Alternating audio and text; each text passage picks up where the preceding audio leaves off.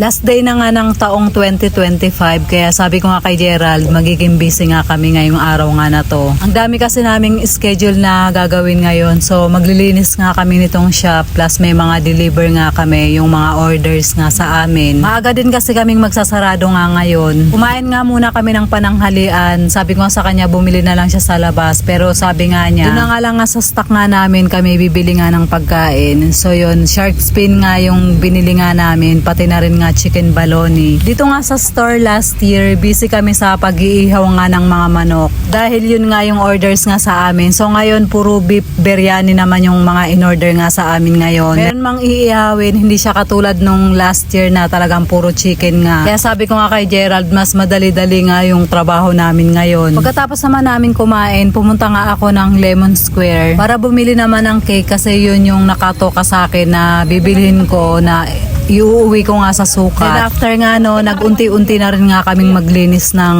shop. Habang nagluluto nga ako kasi sinimulan ko na rin lutuin yung mga orders nga sa amin. Si Gerald na nga yung pinaglinis ko nga ng counter, then ako naman dito sa kusina. Multitasking na nga kami ngayon kasi nga habang naglilinis nga ng store, nagluluto din. At meron pa nga pumapasok nga para nga mag-dine in. Yung iba naman for take out lang din. Medyo busy kami today.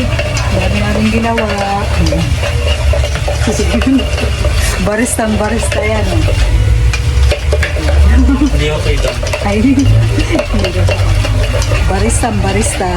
Huminto nga kami saglit sa paglilinis para tapusin nga yung mga orders nga sa amin kasi bandang alas 7:30 nga ng gabi, nagsunod-sunod na rin kasi yung mga nagda-dine in. Pati na din nga yung mga for take out. So yun, mga bandang alas 9 nga, pinasarado ko na kay Gerald yung ilaw namin sa labas. Kasi pag naka-open nga siya, talagang meron pang mga umaakyat. At pinala ko na rin nga yung pinto. Ang plano nga namin, alas 9 pa lang sana sarado na kami. Pero yun nga, dahil nga may mga customer at yung medyo na late kami sa paggawa nga ng mga pang-deliver nga namin. Kaya nag-extend kami ng oras para malinisan nga namin yung store. Kasi di kami makapag-concentrate. Maglinis. Di pa kami tapos. Kala namin makakauwi kami ng maaga. Maya may customer. Tapos may deliver pa kami.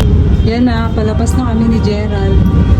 So syempre, nag-iwan din ako ng pamahiin para dito sa store. Sarado na kami.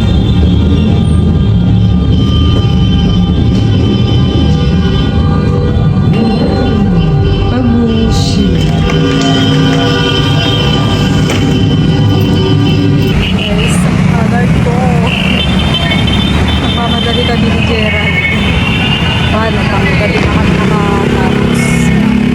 Alas 10 na nga kami lumabas nga ng shop nga ni Gerald. Sobrang na-late na nga kami at wala na nga masasakyan. Medyo nahihirapan na rin nga ako makarating nga dito sa sukat. Special pa nga ako ng sakay ng tricycle para nga makarating nga ako bago nga mag-12. Naabutan ko na nga sila dito na nag-aayos na nga ng mesa. Kami nga lang magkakapatid nga ang nandito nga ngayon sa bahay. Kasi nga si nanay at saka si tatay nag-celebrate nga ng Christmas at saka New Year sa Bicol. Yun kasi yung gusto nga nila kaya wala naman kaming magagawa. Ito sana ulit yung time na magkakasama nga sana kaming magse-celebrate ng ganitong okasyon kasi nga andito nga si tatay. So yun, wala naman kaming magagawa dahil yun nga yung gusto ng dalawa. So itong March nga nitong taon nga, babalik na ulit nga si tatay sa trabaho niya. Syempre, matagal-tagal na naman yun.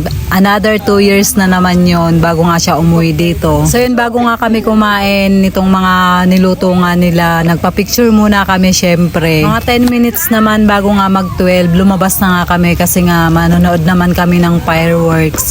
Nakakatuwa nga ngayon kasi mas marami kaming fireworks na napanood, hindi nga katulad nung mga nakarang taon. At saka mas matagal nga kaming nanood ngayon dito sa labas bago kami pumasok nga sa loob.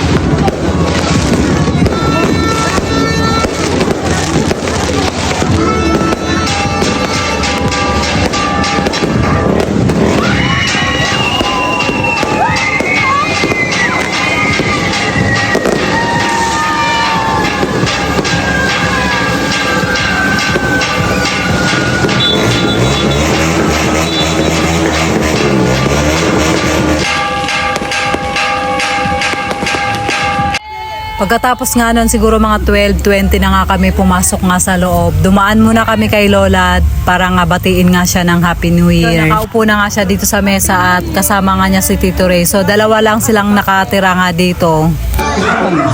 Dami na mga dami dito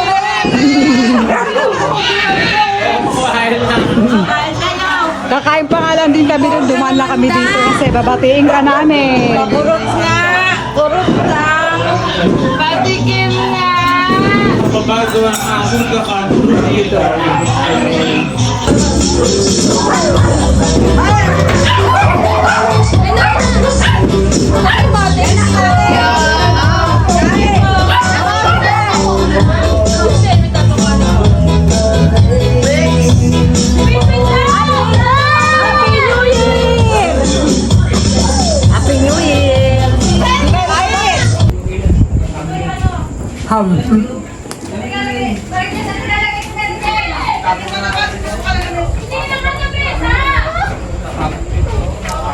Happy New Year, guys! Kain na tayo! Kain na!